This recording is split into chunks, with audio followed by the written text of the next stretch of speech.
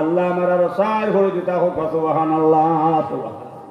ও আল্লাহ বান্দা হইলা বিজান এখন সাত দু ফুড়ি ভাইলাই ইনশাআল্লাহ সাত ফুড়ি যদি ভাইলাই আর কোনো কারণে যদি হরিস্তায় আল্লাহ যদি দুজখ দিলাই ও সাত ফুড়ি আপনার সাত দুজখর দরজা থাকবা আর অগুনতে আমার দুজখ থাকে ব্যস্ত দিবা হোক সুবহানাল্লাহ।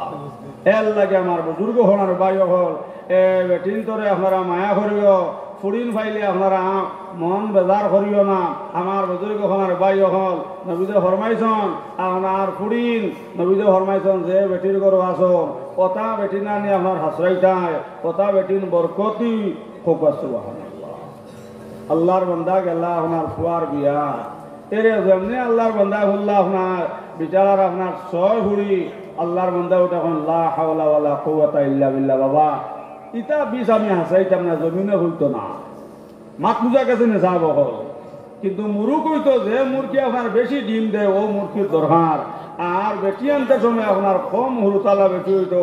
কিন্তু নবীজ ফরমাইছন যে বেটির করে আপনার ছেলে সন্তান বেশি, নবীজ ফরমাইছন ও বেটি আপনার বরকতি বেটি, আল্লাহওয়ালা বেটি, আল্লাহওয়ালা বেটি।